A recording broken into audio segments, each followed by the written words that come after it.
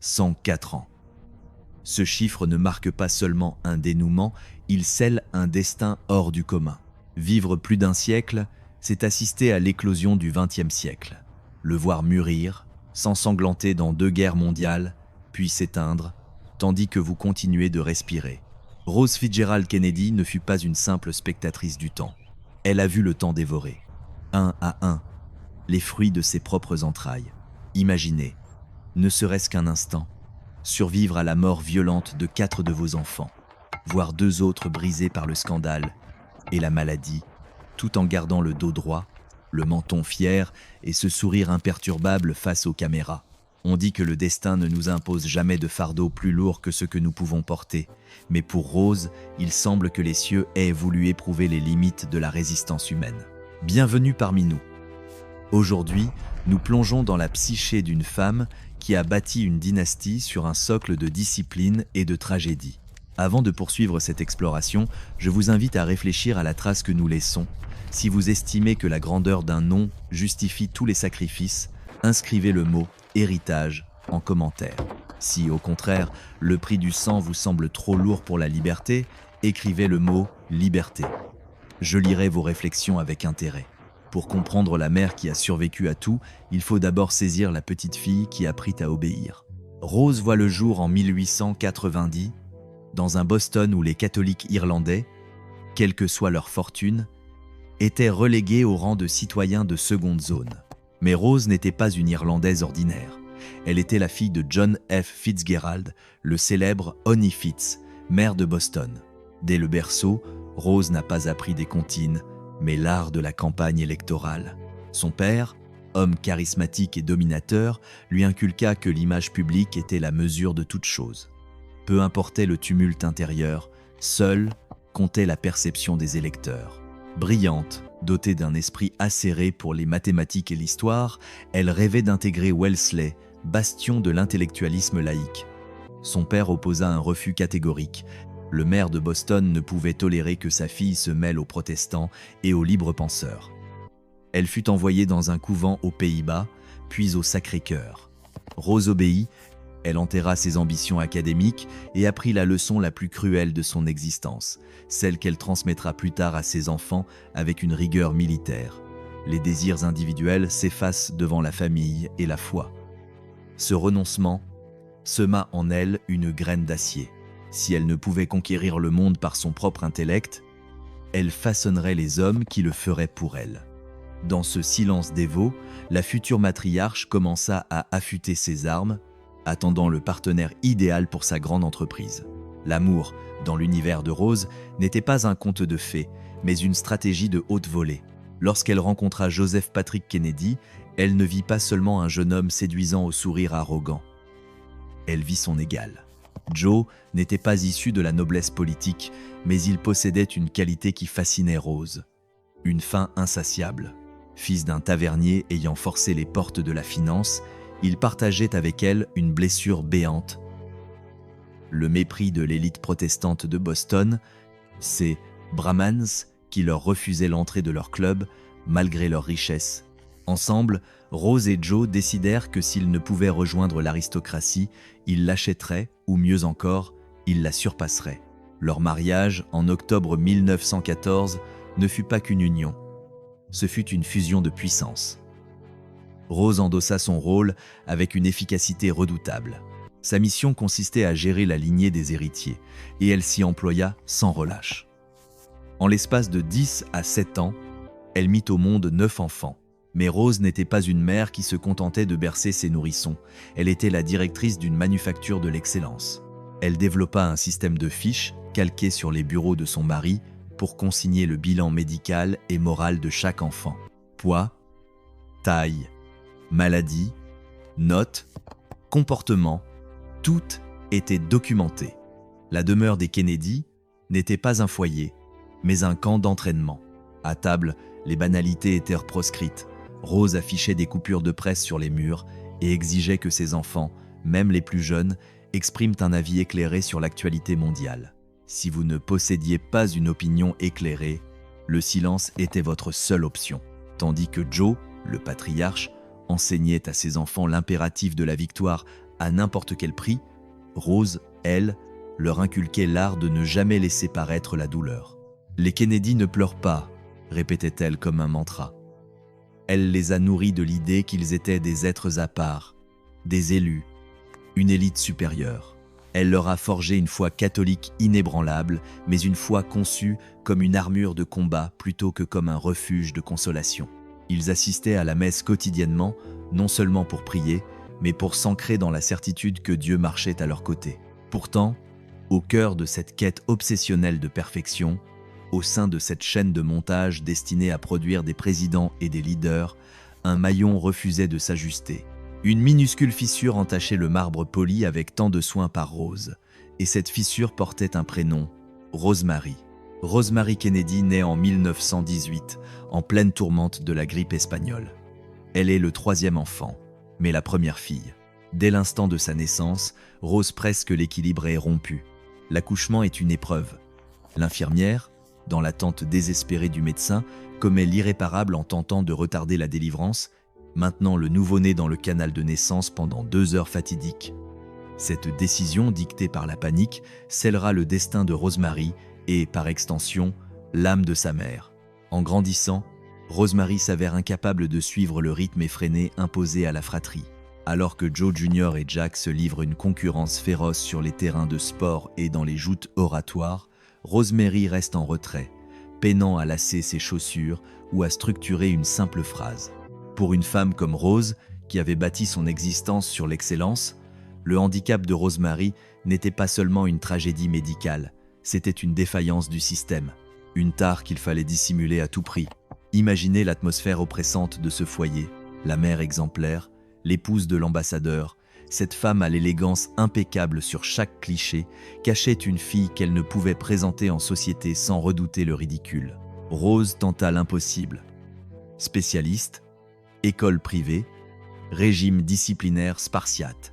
Elle se persuada qu'avec assez de rigueur, la jeune fille finirait par s'aligner. Mais la biologie ignore les ambitions sociales. À l'aube de l'âge adulte, Rosemary devient incontrôlable. Ses accès de colère et ses escapades nocturnes réveillent une sexualité naissante qui terrifie ses parents. Dans l'esprit calculateur de Joe Kennedy, une fille mère ou un scandale public aurait anéanti les carrières politiques de ses fils avant même qu'elle ne débute. Rose, tiraillée entre son instinct maternel et sa loyauté aveugle au projet dynastique, laissa son mari prendre les rênes. En 1941, Joe prit une décision qui allait devenir le secret le plus sombre du clan. Il entendit parler d'une procédure chirurgicale novatrice, la lobotomie, censée apaiser les tempéraments violents. Rose, par déni, par obéissance ou peu, être par le désir secret de voir le problème disparaître, ne retint pas la main de son époux. Ce qui se déroula dans ce bloc opératoire ne fut pas une guérison, mais une boucherie. Rosemary fut effacée du monde des vivants, condamnée à l'âge mental d'une enfant de 2 ans pour le restant de ses jours. Et Rose, la matriarche, dut continuer à sourire. Si Rosemary fut l'erreur qu'il fallait occulter, Joe Jr. était le trophée que l'on devait exhiber. Il était le chef-d'œuvre de Rose, le prototype idéal de la manufacture Kennedy. Grand, charismatique, d'une intelligence redoutable, il portait sur ses épaules le poids d'une prophétie familiale. Il deviendrait le premier président catholique des États-Unis. Rose l'avait façonné pour ce destin, modelant chaque trait de son caractère pour la grandeur. Lorsque la Seconde Guerre mondiale éclate, Joe Jr. s'engage sans hésiter comme pilote naval. Ce n'était pas seulement du patriotisme, c'était l'étape logique vers la Maison-Blanche. Un héros de guerre est un candidat invincible. Rose voyait partir ses fils avec un mélange de fierté spartiate et de terreur muette, s'imaginant que le chapelet qu'elle serrait dans sa poche suffirait à les protéger de la mitraille allemande. Mais la guerre se moque des destins manifestes. En août 1944, poussé par ce besoin pathologique de surpasser tout le monde, y compris son frère Jack, déjà rentré en héros du Pacifique Joe Jr., se porte volontaire pour une mission suicide top secrète, l'opération Aphrodite. Le plan était d'une audace désespérée. Piloter un appareil chargé de tonnes d'explosifs, le transformer en une véritable bombe volante, puis s'éjecter en parachute juste avant l'impact contre l'objectif nazi. Mais la mécanique de la gloire s'enraya. Une étincelle électrique, une défaillance technique, le mystère restera entier. L'avion explosa en plein ciel au-dessus de la Manche, pulvérisant le fils doré des Kennedy dans un brasier infernal. Il n'y eut aucun corps à inhumer, aucun adieu possible, seulement un vide soudain là où trônait, l'instant d'avant, l'avenir de la dynastie. La nouvelle frappa la résidence d'été de Yannisport alors que la famille s'apprêtait à déjeuner. La réaction de Rose face à ce choc définit le reste de son existence. Elle ne cria pas, elle ne s'effondra pas devant les domestiques, ni devant ses autres enfants. Elle se retira dans ses appartements, ferma la porte et se livra à sa foi avec une intensité confinant au fanatisme. Pour Rose, la mort de Joe ne pouvait être un accident absurde. Elle devait être une épreuve divine, un sacrifice nécessaire sur l'autel d'une destinée plus grande. Le lendemain, elle quitta sa chambre, vêtue de façon impeccable, pour se rendre à la messe. Elle interdit que la tristesse ne paralyse la demeure. La mission familiale devait se poursuivre et la charge de la couronne échut alors au second de la lignée, le chétif et désinvolte Jack. La machinerie ne pouvait s'arrêter, pas même pour pleurer le favori. Pendant que Rose replaçait les pièces sur l'échiquier après la perte de Joe, un autre front s'ouvrit, cette fois au plus profond de son cœur. Kathleen, que tous surnommaient Kik, était la fille qui ressemblait le plus à Rose par l'esprit. Elle était vive, enchanteresse, habitée par ce magnétisme Kennedy qui illuminait chaque pièce. Mais Kik possédait une chose que Rose redoutait par-dessus tout, une volonté propre, refusant de plier devant les dogmes de l'Église. Lors du séjour de son père en tant qu'ambassadeur en Angleterre, Kik s'éprit passionnément de William Cavendish, le marquis de Hartington. C'était le parti idéal, l'aristocratie britannique dans toute sa pureté, héritier d'un duché immensément riche. Pourtant, un obstacle infranchissable se dressait devant la dévote Rose. Billy était protestant. Pour Rose Kennedy, le catholicisme n'était pas une pratique dominicale, c'était l'identité même de son existence et l'unique voie de salut éternel. Se marier hors de l'Église n'était pas seulement une déception sociale, c'était un péché mortel, une condamnation aux flammes de l'enfer. Une guerre à la fois épistolaire et émotionnelle s'engagea entre la mère et la fille. Rose utilisa toutes les armes de son arsenal, la culpabilité, les menaces d'excommunication, la manipulation affective. Elle alla jusqu'à dire à Kik que l'avoir épousé un protestant serait une douleur plus vive que de la voir mourir. Mais Kik, animé par le même feu qui coulait dans les veines de sa mère, ne céda pas. En mai 1944, quelques mois seulement avant la disparition de Joe Jr., Kik épousa Billy dans un bureau d'état civil à Londres. La réaction de Rose fut glaciale. Elle refusa d'assister à l'union. Elle envoya un télégramme. Mais son cœur était muré. Elle considérait que sa fille avait trahi Dieu et son sang. Pourtant, le destin, avec un sens cruel de l'ironie, intervint à nouveau. À peine 4 mois après les noces, Billy tombait au combat en Belgique, abattu par un tireur d'élite allemand. Kik se retrouva veuve à 24 ans, dévastée et isolée en Angleterre. On aurait pu attendre de Rose qu'elle court consoler son enfant, qu'elle la ramène au bercail, mais sa rigidité morale était un mur de béton. Elle percevait la mort de Billy presque comme une rétribution divine, un signe que cette union n'aurait jamais dû exister. La fracture entre la mère et la fille devint un abîme silencieux, saturé de non-dits et de jugements religieux pesant plus lourd que l'amour maternel. Le veuvage ne dompta pas l'esprit de Kik, il le rendit plus téméraire. Après la guerre, elle choisit de rester en Europe, loin de l'atmosphère étouffante de sainteté et d'ambition que sa mère imposait en Amérique. C'est là que Kik commit l'erreur fatale aux yeux de Rose. Elle s'éprit de Peter Fitzwilliam. Peter n'était pas seulement protestant. Il était marié, parieur, un bon vivant à la réputation de séducteur. Alors, en plein divorce. Si épouser un protestant était une faute, s'unir à un homme divorcé était une abomination qui excluait automatiquement Kik des sacrements et de la respectabilité. Rose était horrifiée. Elle menaça de la répudier totalement, de rompre tout lien financier et affectif. Elle lui lança un dernier avertissement. Si elle persistait dans cette voie, elle deviendrait une paria à jamais. Mais Kik, éperdu de ce bonheur que la guerre lui avait volé et résolu à défier sa mère une ultime fois, organisa un voyage vers le sud de la France. Elle voulait présenter Peter à son père, Joe, dont le jugement sur les péchés de la chair avait toujours été plus indulgent que celui de Rose. Nous sommes en mai 1948. Le petit avion s'élève pour traverser le ciel vers la Riviera, mais le climat est exécrable. Une tempête dantesque s'abat sur les monts de l'Ardèche. Le pilote, sans doute pressé par l'impatience de Peter, tente de forcer le passage à travers les turbulences. L'appareil s'écrase contre un flanc de montagne, tuant instantanément tous ses occupants. Kik n'avait que 28 ans. Lorsque la nouvelle parvint à Rose, le choc fut double. La douleur de perdre un autre enfant s'accompagnait d'une honte insoutenable. Sa fille était morte en état de péché mortel aux côtés d'un homme marié, sans confession, sans extrême onction. Pour la théologie implacable de Rose, cela signifiait que l'âme de son enfant était vouée au tourment éternel. Sa réaction fut d'une froideur chirurgicale aux yeux du monde. Elle refusa d'assister aux obsèques en Angleterre, prétextant une santé fragile, mais nul n'était dupe. Elle ne pouvait se résoudre à s'incliner devant cette tombe. Ce fut Joe qui fit le voyage seul pour inhumer sa petite Kik en terre étrangère, entourée par la famille du défunt époux protestant. Rose, elle, resta recluse, égrenant des rosaires infinis, tentant de négocier avec Dieu le salut d'une fille qu'elle avait jugée de son vivant et délaissée dans la mort. 2 enfants perdus en 4 ans. Et le conte ne faisait que commencer.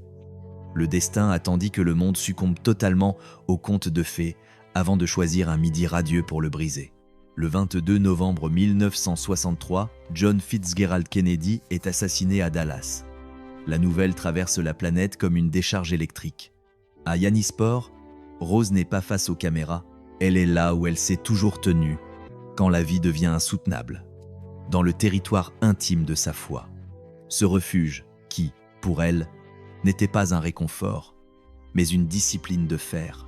L'appel arriva comme arrivent les tragédies véritables, sans emphase, sans préparation, sans miséricorde. Personne dans la famille n'eut besoin de longs discours. Une phrase brisée et un lourd silence à l'autre bout du fil suffirent. Rose écouta, les lèvres serrées. Pendant un instant, elle ne fut plus la matriarche parfaite, ni la mère de l'Amérique. Elle fut seulement une femme qui avait passé sa vie à redouter précisément cet instant. Car Rose voyait les signes depuis des décennies. Quand on a déjà perdu des enfants, l'esprit apprend que le coup suivant est déjà en chemin. Ce qui semblait impensable pour le reste du monde n'était pour elle que la répétition d'un cauchemar maintes fois entrevu. On raconte qu'elle ne pleura pas, qu'elle resta droite et ordonna que l'on bannisse toute hystérie. Mais la vérité est souvent plus profonde que la légende. Pour Rose, la force n'était pas une posture, elle était fonctionnelle. Il s'agissait de faire le nécessaire pour que la dynastie ne se désintègre pas sous le poids de l'horreur. Tandis que le pays entier se figeait devant les écrans en noir et blanc, Rose prit une décision qu'elle avait déjà prise trop de fois, transformer la douleur en rituel.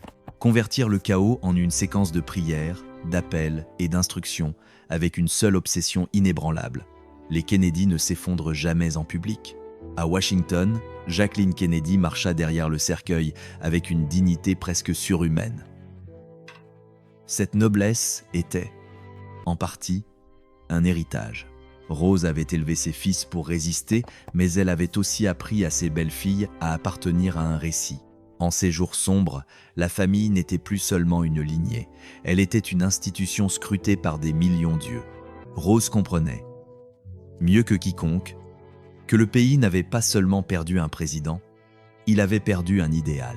Dans le vide laissé par Jack, elle perçut le basculement de l'histoire, comme si l'air lui-même s'était soudain alourdi. Cette nuit-là, quand les rumeurs du monde s'estompèrent enfin, Rose fit face à une réalité qu'elle ne formulerait jamais à voix haute.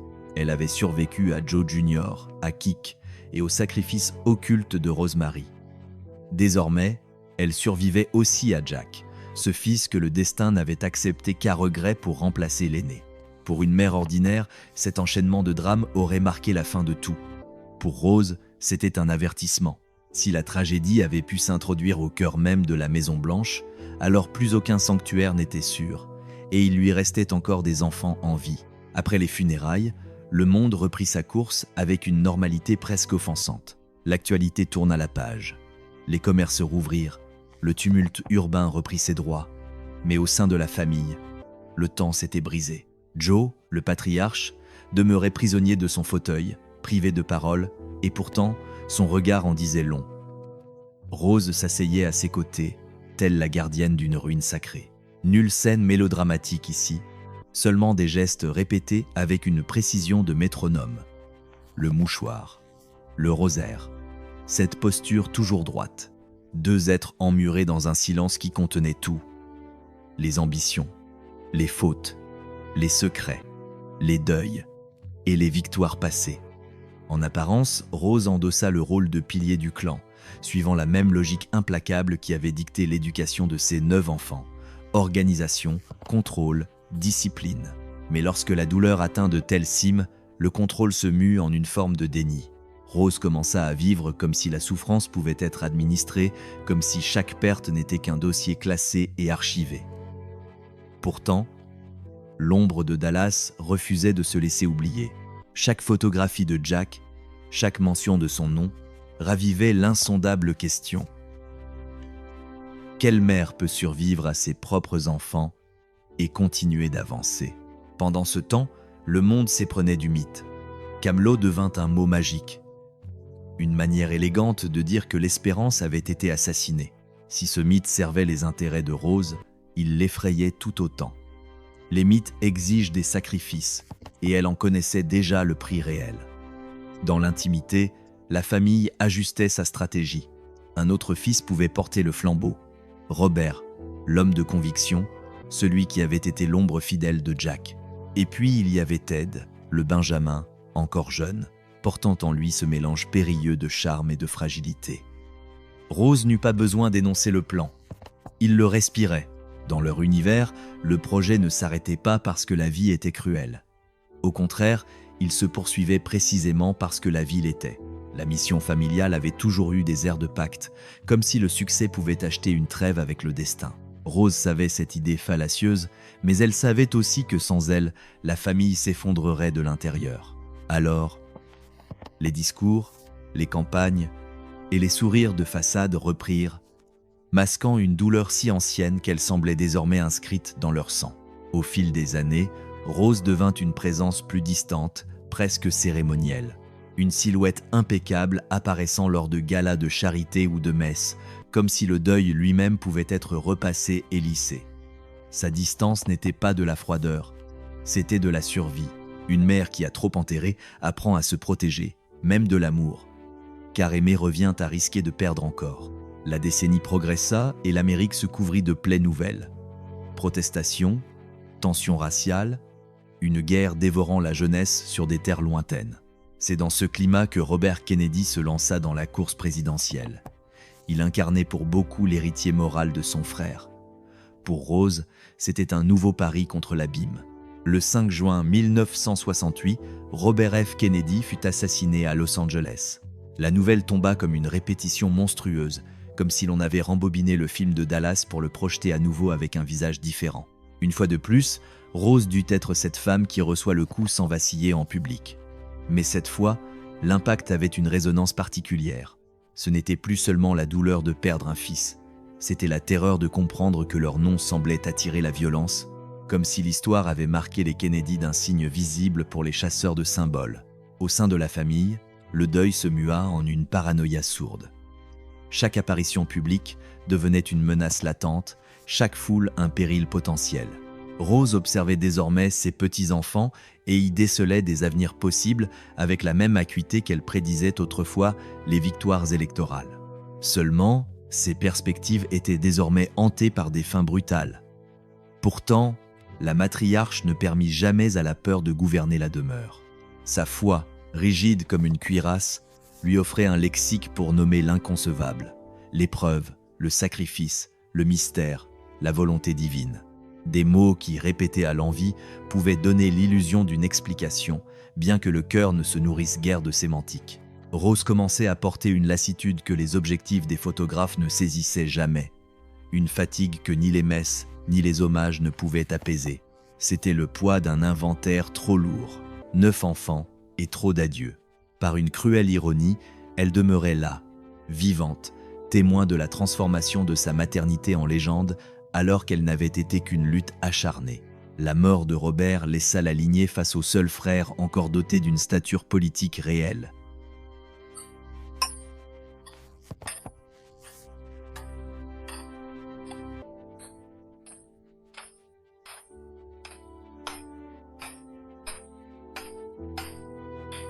Ted, le Benjamin. Le Benjamin. Le Benjamin. Il avait grandi dans l'ombre de ses aînés, les voyant devenir des mythes avant de devenir des tombes. Rose posa sur lui ce vieil instinct souverain. Protéger le projet, sauvegarder l'héritage, sanctuariser le nom. Et pourtant, dans un recoin d'elle-même qu'elle ne dévoilerait jamais, une supplique muette s'élevait peu. Être, que l'histoire s'arrête enfin, que le destin se déclare rassasié. L'été 1969 devait être l'apothéose posthume de John. L'homme atteignait la Lune, accomplissant la promesse que le président assassiné avait lancée au vent des années plus tôt. Mais alors que l'humanité levait les yeux vers les étoiles avec émerveillement, les Kennedy, eux, les baissaient vers les eaux noires d'un étang sur l'île de Chappaquiddick. Ted, le dernier des frères, le survivant écrasé par les attentes d'un père moribond et d'une nation nostalgique, commit l'erreur qu'aucune fortune ne pouvait effacer. Un accident de voiture, une jeune femme nommée Mary Jo Kopechne laissée à son sort, et une fuite lâche qui dura des heures fatidiques. Pour Rose, ce choc fut d'une nature différente des précédents. Il n'y avait ici aucune gloire, aucun sacrifice héroïque pour la patrie. Il n'y avait que la honte. Le pire cauchemar de Rose n'était pas la mort. C'était le scandale moral capable de flétrir le nom de façon irrémédiable. Ted n'avait pas péri, mais il venait d'assassiner son avenir politique et, d'une certaine manière, de trahir ce récit d'excellence qu'elle avait sculpté avec une rigueur de fer. Tandis que le monde célébrait la conquête spatiale, Yannisport respirait l'atmosphère d'une veillée funèbre pour un vivant. Pourtant, Rose ne répudia pas son fils cadet. Au contraire, elle activa ce mécanisme de défense aveugle propre aux mères de dynastie. Elle ferma les rangs, elle soutint Ted, pria pour lui, et face à la presse, maintint ce masque impénétrable de dignité. Mais intérieurement, l'édifice s'était lézardé.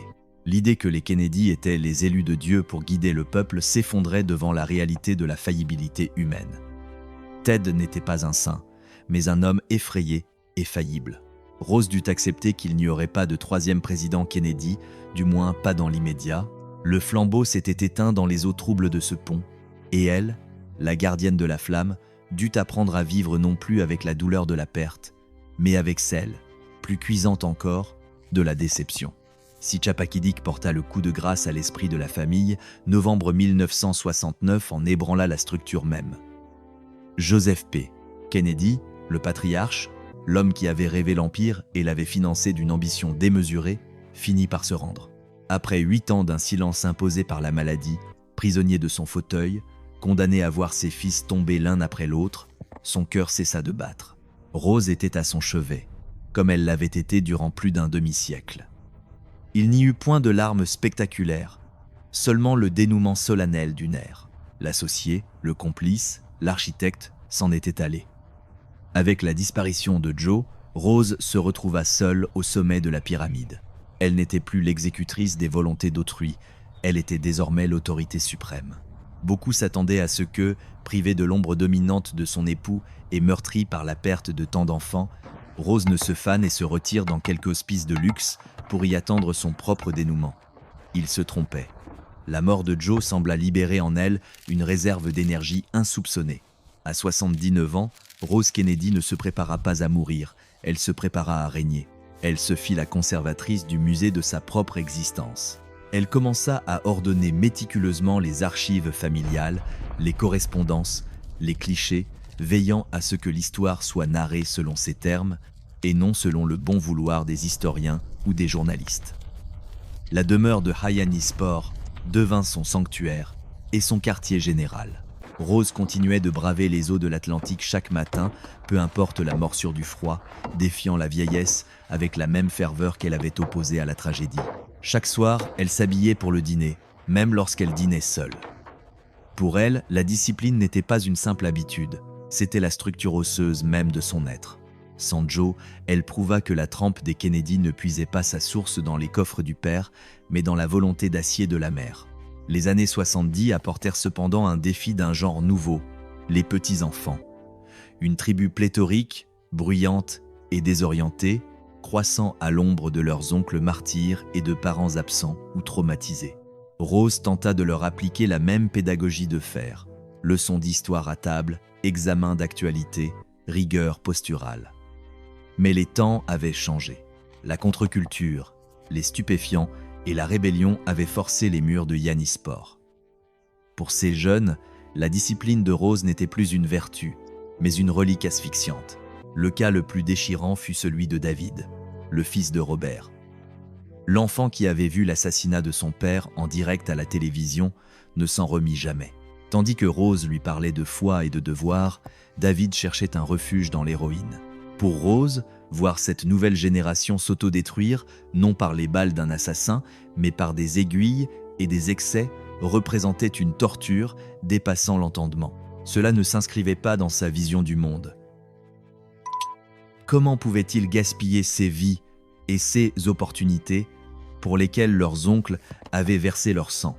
Pourtant, face à cette décadence, Rose ne flancha pas. Elle inondait ses petits-enfants de lettres les exhortant à la vertu, ignorant souvent la profondeur de leur plaie psychique. Elle devint une figure tout à la fois crainte et vénérée, une aïeule qui semblait faite d'une matière immortelle. Grand-mère est de fer, disait-on. Mais le fer finit aussi par s'oxyder. Voir la malédiction Kennedy se métamorphoser en suicide lent et en overdose dut être un calvaire silencieux. Rose continuait de parcourir la plage, le pas rapide, le front haut, tentant de distancer la tristesse, de prouver à Dieu et au monde que les Kennedy, ou du moins elle-même, ne capituleraient jamais. Les années s'écoulaient avec une lenteur cruelle pour celle qui traversa la décennie 80 sans rien céder au temps. À 90 ans, elle organisait encore des événements de charité, assistait à la messe quotidienne et supervisait la fondation Joseph P. Kennedy Jr., créée à la mémoire de son premier-né. Mais la longévité, cette bénédiction tant convoitée, était devenue pour elle une forme de châtiment. Vivre aussi longtemps signifie être témoin de trop de choses. Cela signifie voir mourir ses contemporains, puis ses enfants, et enfin devoir commencer à inhumer ses petits-enfants. En 1984, David Kennedy, le fils tourmenté de Robert, fut retrouvé mort dans un hôtel de Palm Beach, terrassé par une overdose de cocaïne et de médicaments. Il avait 28 ans. Rose avait tenté de le sauver par ses rosaires et ses sermons, mais l'addiction ignore les lignées et la foi. La nouvelle la frappa avec une familiarité grotesque. Un autre Kennedy mort trop jeune, un autre appel nocturne, d'autres funérailles, un autre cercueil mis en terre tandis que leur nom devenait synonyme de tragédie perpétuelle, mais David ne serait pas le dernier. En 1997, Michael Kennedy, un autre de ses petits-fils, perdit la vie dans un accident de ski, s'écrasant contre un arbre lors d'une partie de football sur neige. En 1999, le destin frappa une ultime fois avec une précision d'une cruauté absolue. Kennedy Jr., le fils de Jack, cet enfant qui avait autrefois salué le cercueil de son père avec une innocence déchirante, s'abîma dans les eaux de l'Atlantique à bord de son avion, emportant avec lui son épouse et sa belle-sœur. Mais Rose n'était plus en état de recevoir ces nouvelles funestes. Pour la matriarche, les lumières de l'esprit s'étaient déjà tamisées. Peut être par une ultime grâce, un acte de miséricorde divine pour lui épargner un deuil de trop. Dans ses dernières années de lucidité vacillante, Rose avait développé un rituel obsessionnel.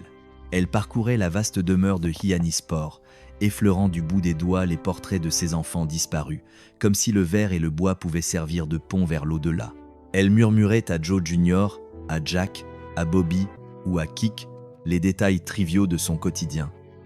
Le temps qu'il faisait, les visites reçues, les tourments causés par les petits-enfants, c'était un dialogue unilatéral avec des spectres, une conversation qui, pour elle, possédait bien plus de sens que n'importe quel échange avec les vivants. Les morts, au moins, ne la décevaient plus. Sa foi catholique, cette armure portée avec tant de superbe pendant des décennies, commença à se fissurer. Elle continuait de recevoir l'Eucharistie, mais ses confidences privées laissaient entrevoir un doute abyssal qu'elle n'aurait jamais confessé en public. « Pourquoi Dieu me garde-t-il ici ?» demandait-elle parfois à ses soignantes. Ce n'était pas une question de théologie, mais un cri de lassitude existentielle. Elle avait accompli chaque rite, récité des millions d'Ave Maria, communié jusqu'à l'épuisement. Et pourtant, sa seule récompense était de rester en vie, debout sur une terre qui recouvrait déjà tous ceux qu'elle avait aimés. Elle commença à soupçonner que ce souffle prolongé n'était pas un acte d'amour divin, mais peut être une punition ou une épreuve dont le terme lui échappait sans cesse. Rose s'égara alors dans les méandres de sa mémoire. Certains jours, les événements des années 20 lui apparaissaient avec une netteté cristalline. D'autres, elle ne reconnaissait plus ses propres enfants. Lorsque Ted venait la voir, elle lui demandait où était Jack et quand il rentrerait pour le dîner. Ted, le dernier des fils, devait alors lui annoncer, encore et encore, que Jack n'était plus. Chaque explication était comme un nouvel assassinat perpétré sous les yeux de sa mère. L'esprit de Rose était devenu un labyrinthe où les morts faisaient de brèves apparitions et où les vivants se dissolvaient dans la brume. C'est à cette époque que la presse commença à s'interroger. Rose Kennedy était-elle encore de ce monde? Elle était devenue si âgée, si évanescente, qu'elle n'était plus pour le public qu'un mythe, une légende urbaine. La mère des Kennedy, celle qui avait survécu à tout, était devenue un concept désincarné. Et pourtant, elle respirait toujours, bien que le sens même de ce souffle soit devenu flou pour elle-même. Le monde changeait à une cadence effrénée, tandis qu'elle demeurait immobile dans sa chambre. Le mur de Berlin s'effondrait. La guerre froide s'éteignait. L'ère d'Internet s'ouvrait sur le monde. Rien de tout cela n'atteignait la réalité de cette femme née à l'époque des calèches, qui voyait désormais les avions rayer le ciel sans plus comprendre leur nature. Rose Kennedy était devenue une prisonnière du temps, captive d'un corps qui refusait de capituler, tandis que son esprit se fragmentait comme un miroir brisé. Ces dernières années furent une existence de pénombre. Elle passait ses journées dans un fauteuil roulant face à la fenêtre ouvrant sur l'océan, ce même océan où elle plongeait chaque matin dans sa jeunesse provocante. Désormais, elle ne pouvait plus que le contempler. Ses soignantes lui lisaient les nouvelles, sans savoir si les mots atteignaient encore leur cible. On lui passait des disques de musique classique, on brossait ses cheveux blancs avec la même minutie qu'elle exigeait autrefois pour l'apparence de ses enfants. Elle, qui avait contrôlé chaque détail de son existence et de celle de sa dynastie, n'avait plus aucune prise sur rien, pas même sur ses propres souvenirs.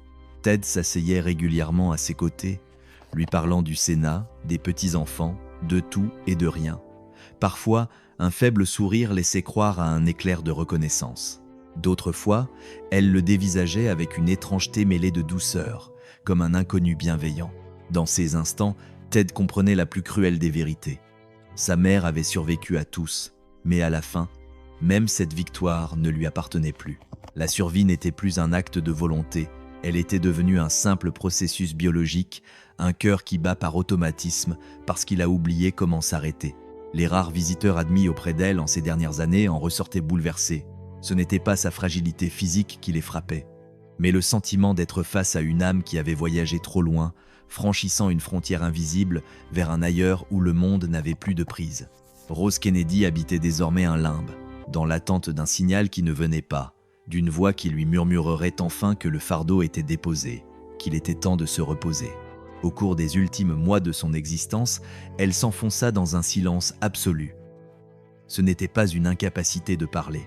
Il semblait simplement qu'elle avait épuisé chaque mot mis à sa disposition durant 104 années de vie.